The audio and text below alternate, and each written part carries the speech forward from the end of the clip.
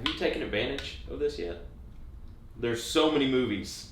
Yeah, I've actually, because I didn't have cable for so long, well, I didn't have TV really in general, I've been watching Big Bang. Oh. And, like, I've seen probably, like, the first 2 or 3 seasons, like, back when it first started and was on TV. Yeah. But I haven't seen anything outside of that. And it's been so long since I've watched any of it. I'm kind of enjoying that for the first time. Yeah. So, well, that's not, I mean, that's... But that being said, HBO Max is legit. Its library is pretty extensive. Basically everything, like, you know, besides the exclusives, but anything Disney Plus doesn't. Basically, they have everything that's not Disney. Right. Yeah. And it's true. Like, we were going through, like, basically library, you were just, like, spitting out things, and there are just so much good stuff on there. The content is huge. Yes, there's so much. The content collection is huge. And I think with this video, we just kind of wanted to touch on the things that are on there that should be on your list. I guess watch list or whatever. We're going to start with things probably that are a little more common, that come on TV a lot, or you've been able to find on other streaming services in the past. But the fact that this is just on here now, you just know. Yeah. That being said, I mean, that's everything from, like, I don't know, like Jaws. It has all 4 Jaws movies, but let's be real. It's only the first one. Yeah. I mean, jury's still out, but I think there's only one good shark movie. Yeah, you've got your Jaws movies, you got your Legos movies. Yeah. All the Lego Lord, 1 and 2 and Lego Batman. The Lord of the Rings. Yeah, Fellowship of the Rings. They've got all 3 of those. The Fresh Prince. Dude, that was something that got to my attention pretty early. I was like, oh, they have all. And of course, you know, they've got all the HBO shows. Well, see, that's something too. Is like you forget all the content that they already had. That was fantastic. Yeah. But yeah, now they've really. I mean, they've just like doubled down. But they also have like the Alien collection. I was about to say, very similar to Jaws, where 3 and 4 aren't good, really. But Alien and Aliens are some of the best sci-fi movies ever made. Yeah, they're so good. And I can watch them over and over and over. And it's fantastic. That was another one that I was really excited to know that at any moment I could just put on Alien or Aliens. There's the Harry Potter collection. Yeah, that's the other huge. big one. And now, don't get me wrong. Harry Potter Weekend takes place every other weekend on either USA or Sci-Fi. Right. But the fact that it's just on a streaming... Yeah. You can have Harry Potter Weekends on a Tuesday. Yeah. It's fantastic. And, I mean, they're great. They're great. Yeah. I mean, we don't really have to go into it. I mean, they're just so fun to watch. Yeah. It just reminds me of childhood for yeah. me. Like, and I think we both get the same. And anybody that grew up reading those books, watching those movies, you get that same comforting feeling. Yeah, I love it. And it does. It's got that because they always came out around Christmas, Thanksgiving. You get that like warm. I think of family. Holiday feeling because we would go see it with family. Yes. And yeah. No, that's true. You know what's funny? I never correlated the two, and that makes so much more sense. Yeah. Like full belly of Thanksgiving food, and the next day let's go see Harry Potter. It's got all the modern DC stuff. Excluding Nolan stuff. Yes, but it has the Burton Batmans and the Schumacher Batmans and all of the new like you said, modern DC, which is Wonder Woman, Man of Steel, Batman vs Superman, Justice League, and I mean it's solid. It still doesn't have. It's not as good as a lot of the Marvel movies or Nolan's Batman. And we do have, as part of that, we are going to get the Snyder cut of the Justice League. Yeah, but that's in, what is that, next year? Next year, I think they're saying next spring, early summer of next year. Which I'm excited for, because online people have always been losing their minds. There's supposedly 4 hours of content, close to 4 hours of content. I'm sure that he'll cut it down. Well, no, he is, but he's got a completely different... not a completely different cut, but supposedly there's some 20 to 30 minutes. There are some differences. Supposedly. And they changed some things to make it Warner Brothers. From what I've heard, he was expecting to make a 3 to 3.5 hour movie, and Warner Brothers said cut it to 2. Which is, you can't do that to people. Yeah. Especially if you plan on making a movie that is that long, you can't, then cut it in half, basically. Yeah. It's ridiculous. Another kind of collection that's on here is the Studio Ghibli collection, which is, all of Miyazaki's stuff, which is, Spirited Away and Howl's Moving Castle.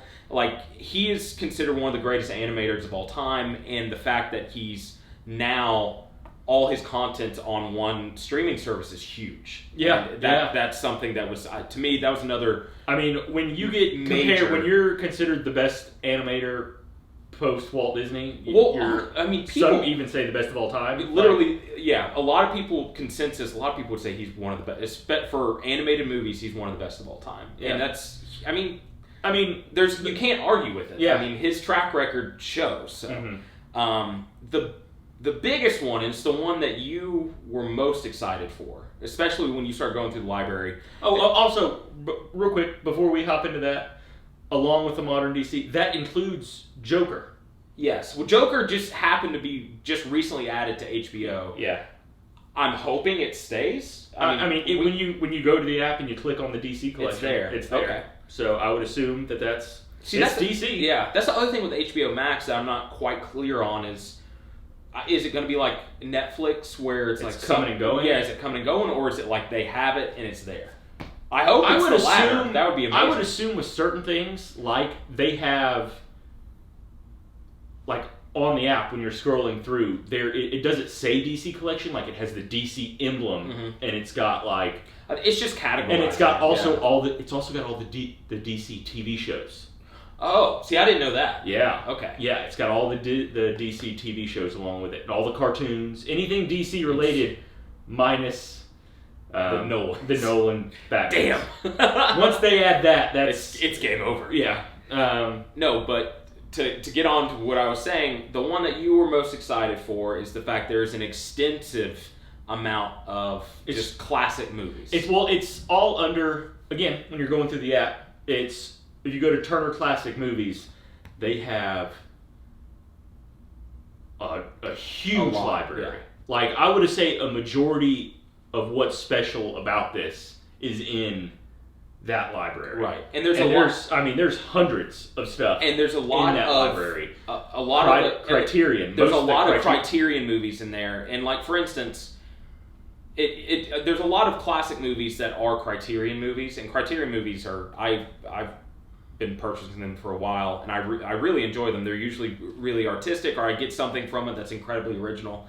But the standout for the classic movies, the one that you literally called me, you were like, dude, this is on HBO. It's Casablanca, and it's a big deal because it's tough to find. You have to watch it on TCM. It's not literally. Streaming. Yeah. It's they don't always have DVDs or Blu-rays or high quality versions of it in stock. Every now and then I'm tempted to buy it on Amazon, and then I'll check back a week or two later, and it's not there anymore. It's only available to buy used.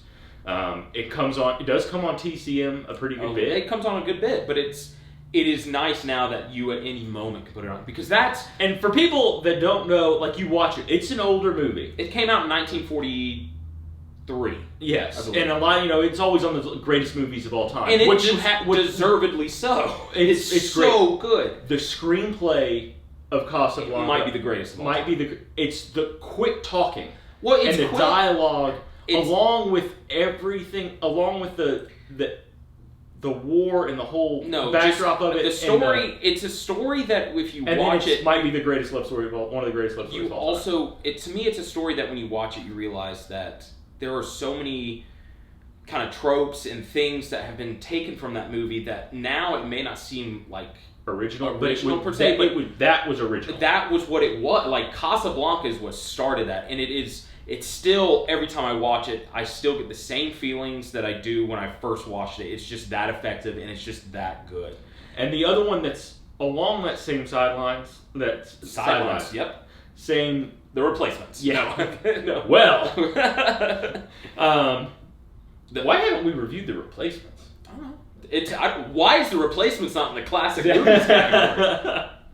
No, the other big one is Gone with the Wind. Yeah, and I agree. Like growing up, that's in the same kind of category. That's one you can't always find in stock in places. That was a movie that was one of those really first older movies that I saw. Like I remember specifically being like 6 when we were at Nana and Pop's, and because it used to come on. It was always at a certain point in the year when we were down there, and I remember watching it the first time, and that was something that. I was like, man, that was another one of those moments, like, I love movies. Like, that was, Yeah, and it is. It's an epic. It's huge. It's so long and it's huge. It's an epic. Where Casablanca, I could watch Casablanca at any time. Because it's got a little comedy, it's got, like... It's got everything. It's got everything. Yes.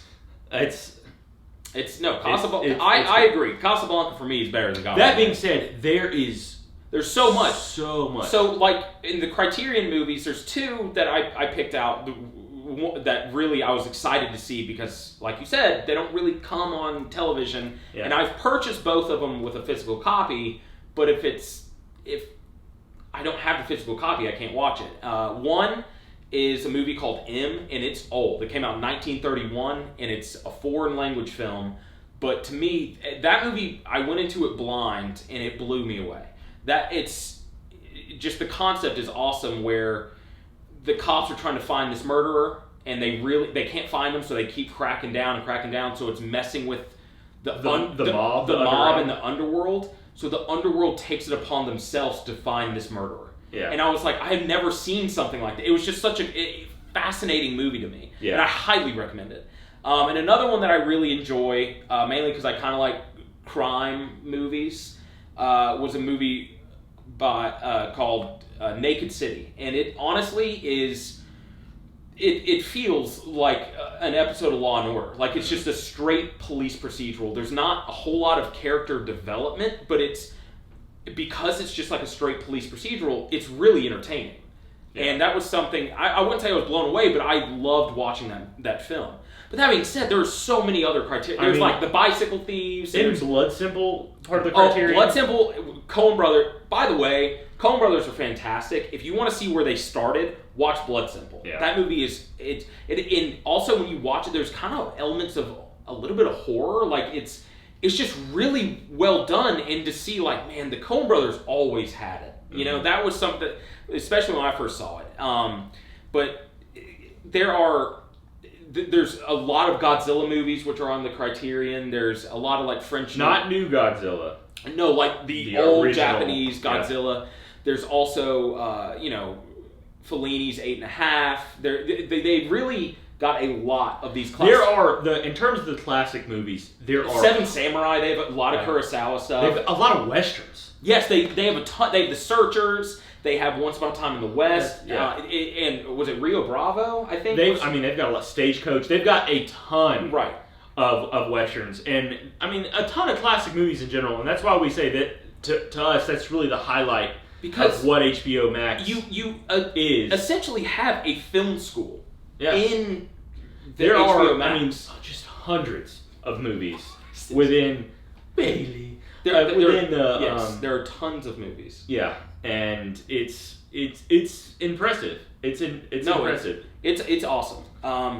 Now, you do pay for it, comparatively speaking. Yeah, it is more expensive than... if you're a movie watcher, it's worth it. Yeah. You know? As someone who already had HBO Now...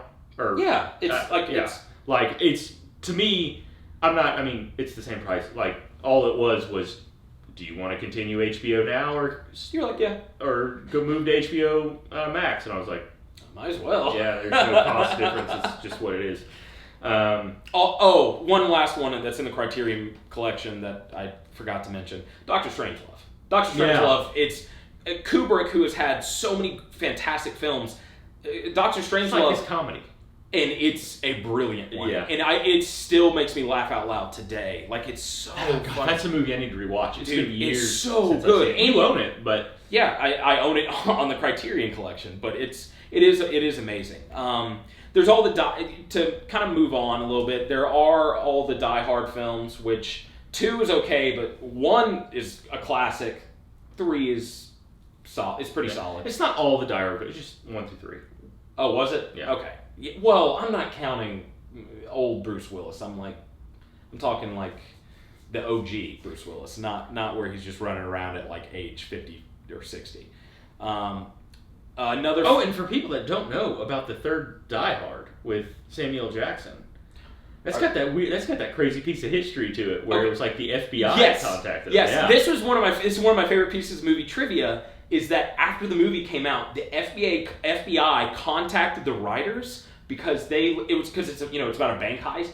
They were like, how did you basically asking them, how did you know how to do all this? Like, it was basically like that would have worked. That would have easily worked, and that's I guess a testament to good writing. I've always wondered what the writers thought when they were like, are they extremely proud of themselves, or is it like? I would be. I'd be proud, but also shit my pants. I'd be proud, but also be like, we could have done it. We could have robbed a fucking bank. God, yeah. I do love Die, especially the first one. Yeah. Another movie that I unabashedly love, and I think it's perfect for all ages, is Babe. I think Babe, about the pig. I think it's not flawless, but it's an awesome movie, and it's written. It's written by the guy who did Mad Max. It's George Miller. Yeah. And he directed the second one, which I find funny. Who a lot of people think might be even better. Even better? I think the first one's better. First one's, I guess I would say, cuter, and for me, a much more enjoyable experience. But yeah, whenever someone brings up Babe like as a joke, I'm like, don't joke about Babe. Like, Babe's so good. And then it also has like Friends, but that's already on Netflix. No, but I don't think it is anymore. I think they took it off. Again, but it's been on Netflix. I think it's been moved. You're right. I do believe it's been moved. I think HBO they have the rights to it now. Which it makes sense. Yeah. Well, they knew with like a TV show they needed something that people would flock to HBO for, and Friends. There was a major success. I will say, I mean, again, I said at the beginning I was watching Big Bang, but that hasn't been streaming anywhere. Yeah, and that's huge for like a massive audience. Yeah. Nice Guys is on here. That's another movie that I felt like kind of flew under the radar when it came out, and it pisses me off because I would gladly take like 6 sequels to that. I could watch that movie really solidified for me that Ryan Gosling I think is one of the better actors working. The different roles that he's able to pull off. He can pull off drama and comedy so well. Yeah. And he does it. His comedy in Nice Guys. He's so funny. And that movie also warrants rewatches because when you rewatch it, there are jokes that you're missing, and it's just it lands and lands and lands. Shutter Island's on there. I enjoy Shutter Island. All 4 iterations of The Star Is Born. Yeah, is on there. So if like you want to be depressed like 4 times in a row, I love the most recent one for sure. But it is like it's a downer. It's a bit of a downer. Music's good if you wanna. Actually, yeah, the new one, the music is good, and in theaters it was something else. Like it was real. Bradley Cooper did a fantastic job with the most recent one, and. Tarantino's best movie of the decade? Well, one of them. It's funny with Tarantino. I feel like he recently sees a movie and he gets so excited that he's like, that's the best film of the decade. Because I saw an article literally like 2 days ago where he goes, oh, Social Network's the best movie of the decade, hands down. Where I swear he did a whole podcast where he talked about Dunkirk was easily top 3. And it's like, I don't necessarily disagree. I would agree that Social Networks. So. I do too. But the one that I kind of disagree with him, and when I say kind of, I definitely disagree with him, he thinks Tony Scott's Unstoppable is easily a top 10. You ever seen Unstoppable? It's great. It's fantastic. It's super fun to watch. Are you telling me you're going to put it in your top 10 of the decade? No, but what I will say, I could see where somebody would watch it and say it. There's not many flaws to that movie. It's a simple movie. Yeah, but... I mean, Kyle, there are so many movies. Yeah, but my point is, it's a tough one to pick apart. Yeah, okay. I will give you that. And we put it on this list for a reason. And it's got Denzel and Chris Pine. It's a majorly enjoyable and easily watchable movie. Yeah. Especially if you know what you're getting into. It's also got the newer movies that come on HBO. Like, it still has Hobbs and Shaw. Any way we can along with Fast Five. Which is funny because those are the only two that are on there. And in my opinion, those are the best two of the franchise. You know, like 6, 7, and 8 are wildly entertaining. But I think 5 is the best movie. Maybe. Besides Hobbs. And Shaw. And one last one that I think I would highly recommend, especially for people who are into documentaries, is They Shall Not Grow Old by Peter Jackson. Yeah, y'all saw this in theaters. I saw this in 3D in theaters, and Peter Jackson used 3D fantastic, like amazingly well. It's World War I footage. It's that he and this team has remastered, and old footage is all sped up because it's on a different frame rate, and they slowed it down so 4K 60, and it looks like the film was shot 30, 40 years ago. And they took like 700 hours of interviews, and they basically constructed I wouldn't say a plot, but just like a documentary. Yeah. That there's no questions. It's just you just hear these World War I veterans talking about their experiences in World War I, and it starts from them like being drafted and then going to war and then realizing the horrors of war, and like it's such an achievement in film that you should definitely watch. It's so good. Oh God, yeah. When you said that was on there, I did get excited because I saw it in theaters and I have been wanting to rewatch it.